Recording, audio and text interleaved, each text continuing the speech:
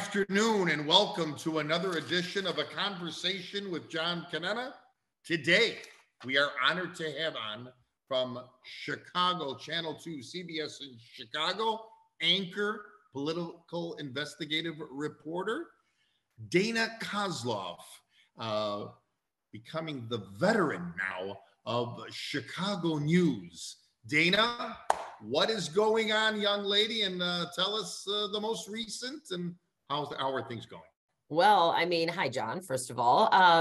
Wow, that's an open-ended question there. Tell me, how are things going? You got to maybe specify. Do you mean with me? Do you mean in the world of politics? Do you mean? Yeah, I'm going to say, let's keep it with you for right now. Let's keep it with you for sure. With me, things are good. I mean, I'm coming off of a couple months of, well, actually 3 months of covering the Chicago mayor's race pretty extensively. You know, I did profiles and interviews with all of the 9 candidates before the February 28th election. And I gave each candidate 30 minutes for an interview. And then I, was able to kind of marry that down. And we put more of the full interview on our website and such. But Right. And then after that, I went into covering the runoff race and again, did a couple more interviews with the runoff candidates, Paul Vallis and Brandon Johnson, and then covered, election night and the post-election. And then the Chicago got the DNC and then Brandon Johnson, the mayor-elect, went down to Springfield last week and spoke to lawmakers. So that's kind of been my life for the last several months, is just really, besides anchoring on the weekends, is really covering the mayor's race. But personally, everything's fine, just very, very busy. Okay, good. Well, yeah, just a lot going on. Just another day, as my father would say to me, another day in paradise. Yeah. A question for you. Yeah. How does it start for you, Dana Kozlov? Meaning, I took broadcast journalism lessons at Loyola, behind a little reel-to-reel tape recorder when I was a kid. I wanted to be the Chicago Blackhawk announcer after the great Lloyd Pettit. How does it start for you that you wanted to embark on this career? So many of my colleagues knew that they wanted to be journalists, be reporters, when they were, 7 or 10, and I didn't. My story is my road is a little more winding. It really wasn't until I was always interested in current events. I was always very curious and nosy, and I like to stick up for people who couldn't stick up for themselves growing up. I think that I look back on that, and I think it was that drive that led me down this road. But honestly, I was in the arts. I was a dancer when I was young, and I toyed with going into the arts professionally. And then I was like, no, I just don't think I have the drive for that. So I went into, when I got accepted at the University of Illinois in Champaign, I went into liberal arts, thinking maybe I'll go into public relations. And then they made me my sophomore year pick a major. How dare they? And and I was like, I really had no idea. And I thought, well, maybe, I do like people. I like outreach. I like, again, I was curious. And so I said, well, maybe I'll go into advertising. And that was in the College of Communications. And you had to apply to this college within the university. Your sophomore year, I got in. But by then I had taken an advertising class and hated it. And I was like, oh no. And they said, well, you got to pick. So you've got advertising, broadcast, or, journalism or media studies. And I was like, well, I like to write. Okay. So I said, all right, journalism. And they said print or broadcast. I was like, my goodness, all these decisions. And I said, much to make over here. Yeah. Right. I mean, it was, again, my story is not that exciting. And then anyway, so because I had been in theater, because I didn't mind speaking, and I like the idea. I liked television news stories, and I like the idea of using voice and intonation and sound to tell a story as opposed to writing. I said, all right, I'll do broadcast. And then it wasn't until my very last semester in broadcast where I realized I really wanted to pursue television journalism. And because I had professors who'd say, you have talent and you're not living up to your potential. And I kept saying, oh, it's all right, I'll go into PR. And then the very last semester, we did actual newscasts and I went out and covered actual stories.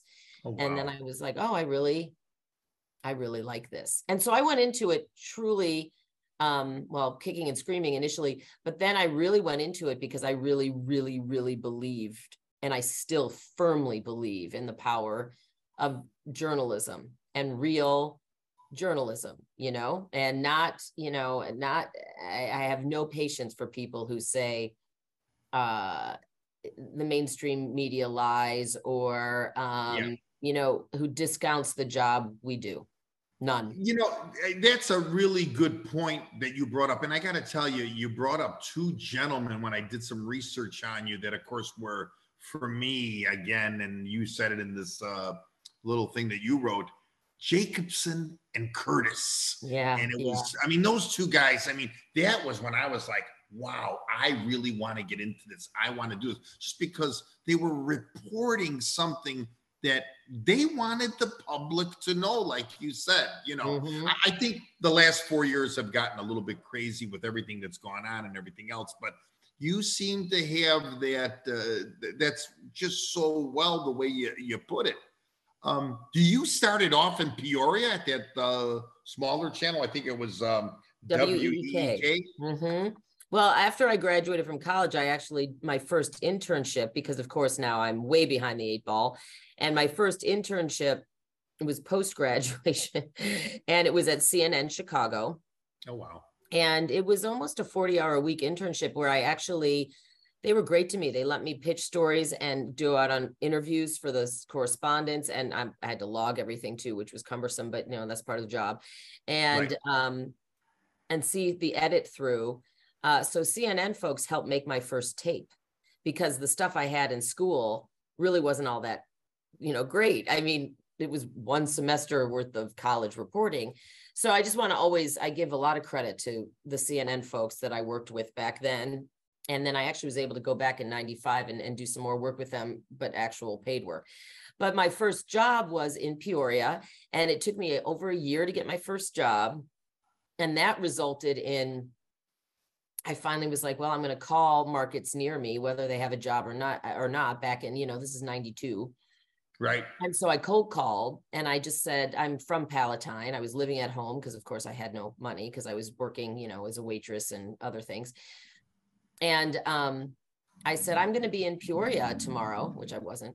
And I'm wondering I'm looking for a job. I'm a journalism major. I'm wondering if you have any job openings. And 2 of the news directors did. And so I went down and I interviewed the next day, because I was, going to be in Peoria, which again, I wasn't, but I of course went down and had these 2 interviews, and I didn't get one, but I was offered the other at WEEK, and it was for a part-time reporter.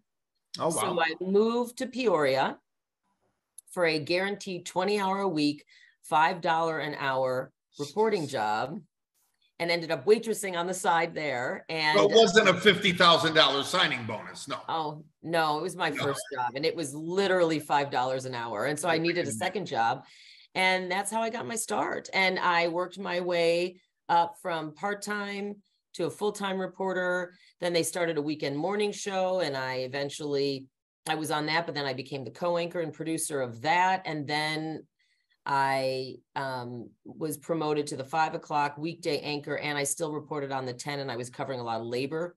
Caterpillar and the UAW were going through a lot of stuff down there, which was a big deal. Yeah. So I covered that beat, and then I got offered a part-time job at WGN. And so I said, well, I've already done this before. I'm definitely not going to pass the WGN. Right.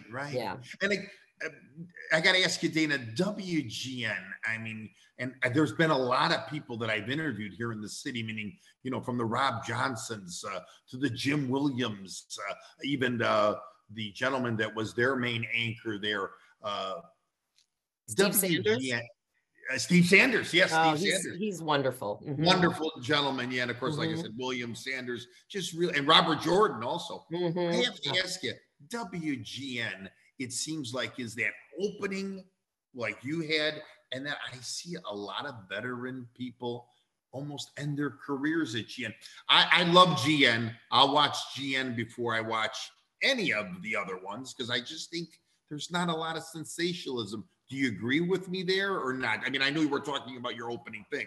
Yeah, I mean, of course, I think you should watch CBS 2 first and Yes, foremost. I watch it. By the way, I want you to know I ended my night with you last night. You were on last night when Erica Sargent was on, so I did see you. Thank you. Thank you for watching. I always would say, of course, tune in first to CBS 2. But WGN was a very special place to work. And it has, and I think it was definitely with the help of our GM here now, Jen Lyons, but WGN has definitely truly grown into its, into its moniker, Chicago's very own. And I think I think that it is a very unique station in that regard. And I think a lot of people stay there, and I think they stay there for a reason. And and they are very straightforward in their news coverage. Yes. I think we do, I think every station has its strengths and weaknesses. I think they're very straightforward, but I think they've just got, over the years, they've just got a nice, a very unique feel to their newscasts. Exactly. There's like this flow to the newscast. Like it says, I mean, some of the competitors, if it's 7 or 5, it seems like there's these openings that, it's going to be 100 inches of snow tomorrow. And then before you know it, they're reporting Indiana and we're getting flurries in Chicago, which kind of upsets me. Yeah. Skilling gets it wrong sometimes too, though, Yeah, that's true. How does the turn take for you? Because your big jump is probably now CBS Chicago, right? This becomes now, because how long have you been there now?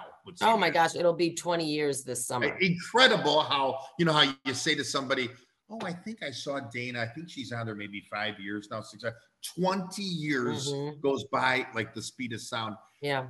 You've become now this veteran person who's the ankle, the political investigative reporter. You're doing the fill-in. You're like the 6th man on a basketball team. You're kind of like you could do it all. What do you like to do the best is my question, I guess.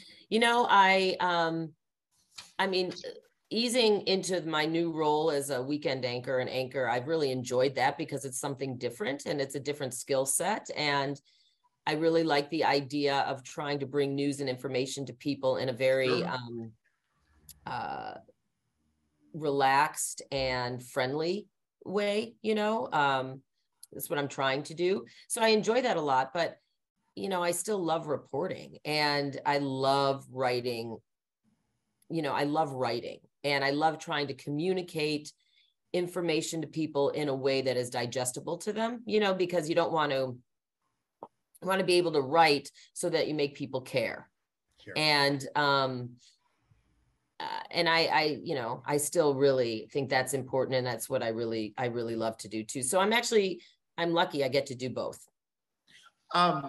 How does that come out to be? Meaning, do you have a schedule where, like, say, we know today is Tuesday, but like next week, do you know that you might have to fill in for Erica, or you have to do the weekend news, or you just don't know? And is it a 24-hour thing? What is it? How's the setup? Do you know pretty much ahead? Oh yeah. My schedule, my regular schedule is my Monday is technically Saturday. So I anchor the weekends, the evening newscasts. And then on Monday, I work on the 10 p.m. news as a reporter. And then Tuesdays and Wednesdays, I work during the day. I kind of was fortunate. They let me choose my schedule, which was really, really appreciated. So I have kind of I'm all over the place, but that's by choice. Today, right. I have a research day today, which is very coveted. So that's why I'm not on the air today unless something huge were to happen. And then, for instance, I'm filling in for Marie Saavedra tomorrow at 4 with Jim Williams. So I know that. Okay. So usually I would know that. Sometimes, it's a last minute call, but I would know that at least a couple days in advance, if not more. So, but my schedule is supposed to be, again, it's not the same hours every day, but it's Saturday through Wednesday. I see that you're kind of dressed up there in the background.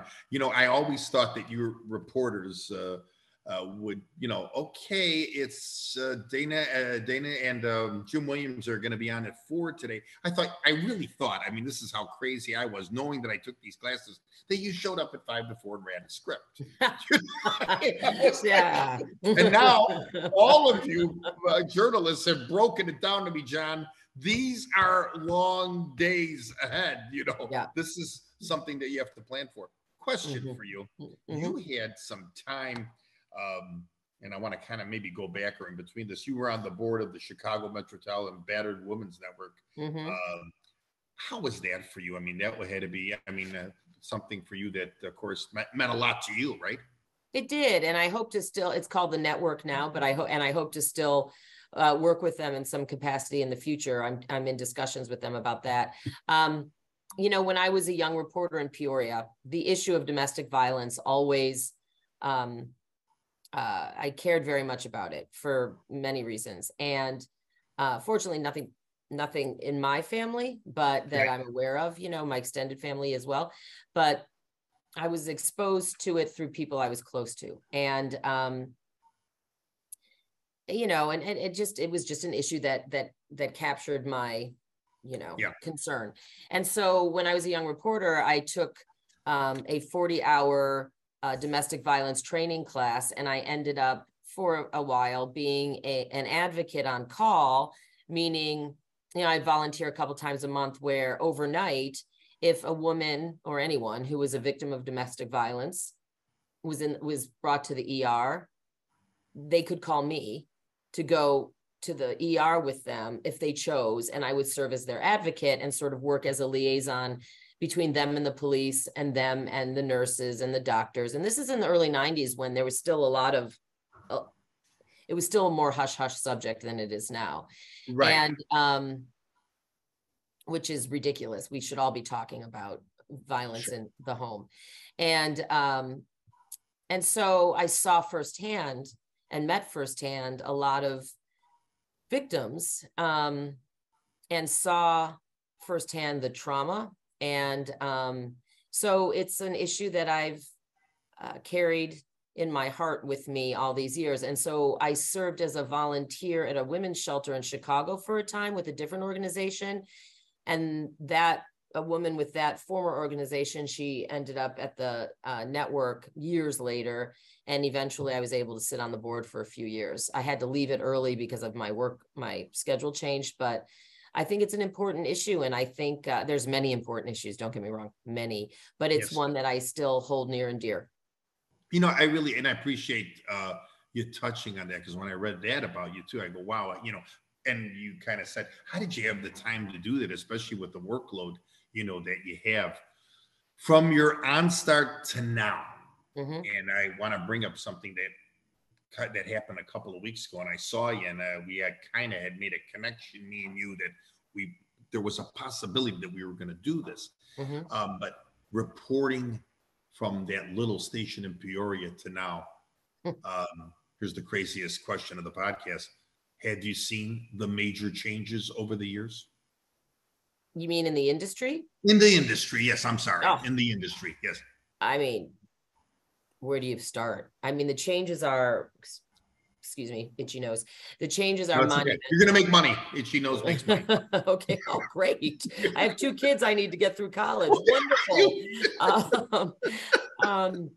Yeah, I mean, I don't even know where to, when I started, the 24-hour cable news cycle hadn't really started yet. CNN was around, but the news cycle wasn't like it is now. When I started, a lot of people in Peoria didn't have cable. It wasn't a thing. So people watched the 3 back then, for instance, competing stations. They don't have 3 competing stations anymore. It's 2 have been absorbed into one. And the staffing, it was at the end of the glory years, if you will, of television journalism. And by that, I mean the full staffs. But I mean, the staffing sizes now have shrunk dramatically. The technology has changed 4 or 5 times. Now the workload for us and is, I don't know if it's 10 times what it was, but because we have so much more news now, just in a day. Back then, you know, we had your 5 and your 6 and your 10, for instance, but now, you know, there's just, the morning shows are long. There's so much more time to fill with smaller staffs in a big market. I'm not sure about the smaller markets. I would imagine the same. Sure. So you don't have as much time or personnel to work long form on stories. You know, it's very hard for me to find time. That's why these research days are great, to get a couple tips and be able to really work on them. It takes a very long time. It's just, things have changed so much. Now you have a lot of reporters shooting their own stuff, which Right. is the way of the future. But I don't agree with that, especially in markets like Chicago, because I think there's so many logistical and other safety reasons, et cetera, content reasons why that's not the way to go, but that's just how it is. I mean, the industry has changed tremendously in the last, how long have I been in this business? 31 years. 31 years. Tremendously. Yeah. I mean, I just, that was just the tip of the iceberg there. Yeah. I mean, I feel like this industry that you're in is like our friend here. It changes constantly. The technology, like you go from an iPhone 11 to an iPhone 13 and everything else. Oh yeah. Before I let you go, I have to tell you, I love when you're doing the investigative reporting. You do a great job, of course, when you're anchoring. Like I said, you're so versatile. But I got to tell you, 2 Saturdays ago, of course, here in our city, and of course, every weekend we have some kind of a disruption, if it's Schaumburg or if it's Michigan Avenue. Yeah. When that broke 2 weeks ago downtown, when there was the massive crowd of people that have came downtown and, you know, everything that was going on, I was watching Channel 2 that night, and you did the report. Mm-mm. When you're coming out of that van, I did not. You did not do that report then? No, I was actually when it happened, I actually had that weekend off, and I was in Champaign with my daughter. Okay. Well, there was a thing with you. I did 2 days later. 2 days later. 2 days later, I how do I put this delicately? I sought responses from the current mayor and the mayor-elect as to their statement only response to the weekend violence or the weekend chaos, however you want to. And that I did do that story. And I did not, you know, I pushed because people want to know what the leaders. Yeah, that's what I meant. You were, but when you're going to these situations, whatever they may be, without and from the past to now, are you scared as a reporter to go into those situations nowadays? I mean, you can't say to somebody, "I'm not going," right? You can't. We are now allowed to say, "I don't feel safe," and everybody is supposed to hear it, and that's that, and we can leave. I think another reason I got into this business is I used to be young and fearless, and really young and fearless, and maybe a little naive.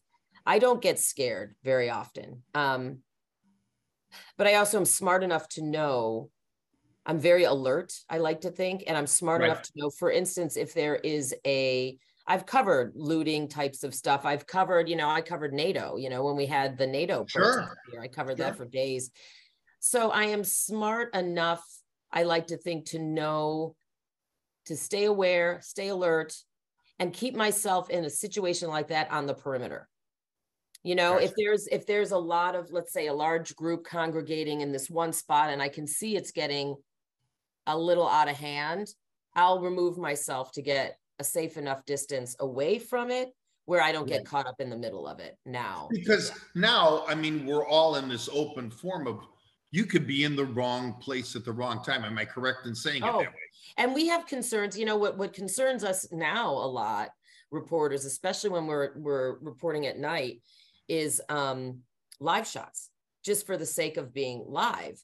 A lot of times, you know, we're like, you know, we're just sitting. That's when, at least when you're mobile, you can get yourself out of a situation. But when you're waiting to go live, and it's you and your photographer on some street corner, and it's 10 o'clock at night, there's a lot of second thoughts now about whether that's a real good idea. And we do say, if we don't feel safe, it happened to me the other month. I was out getting ready to do a live shot, and I had 2 photographers with me. It was a breaking news situation. And one was outside, I was in the truck, and he's like, okay, I heard gunshots, we're out of here. And because they were close, and we're like, all right, we're gone.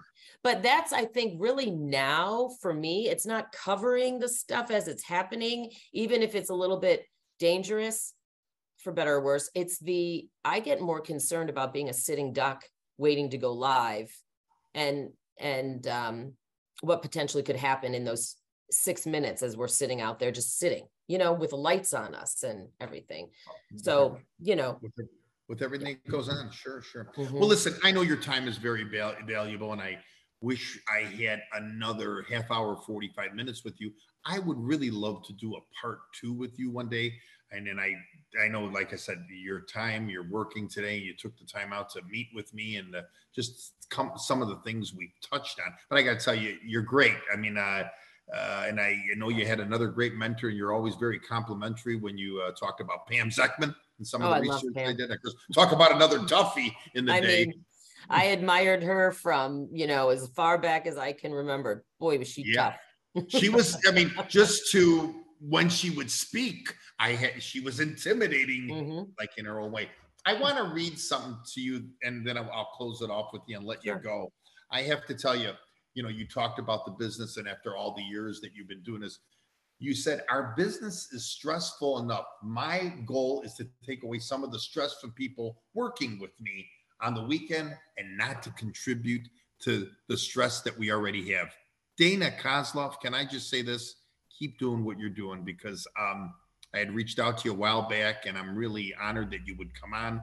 You've done a tremendous job here. And to think that 20, 30 years have gone on and you've become this very veteran, versatile reporter is fantastic. Well, I really appreciate it, John. Thank you very much for your kind words. It's been a ride, and I'm happy to come back for a part 2. We're going to do a part 2, but a little more time, and we're going to get into some other things. I would love to know some of your great reporting and some of your stories that you would love to mention to the audience. Okay, deal. Good afternoon, everyone. And again, Dana Kozlov, thank you again. You betcha. Bye-bye.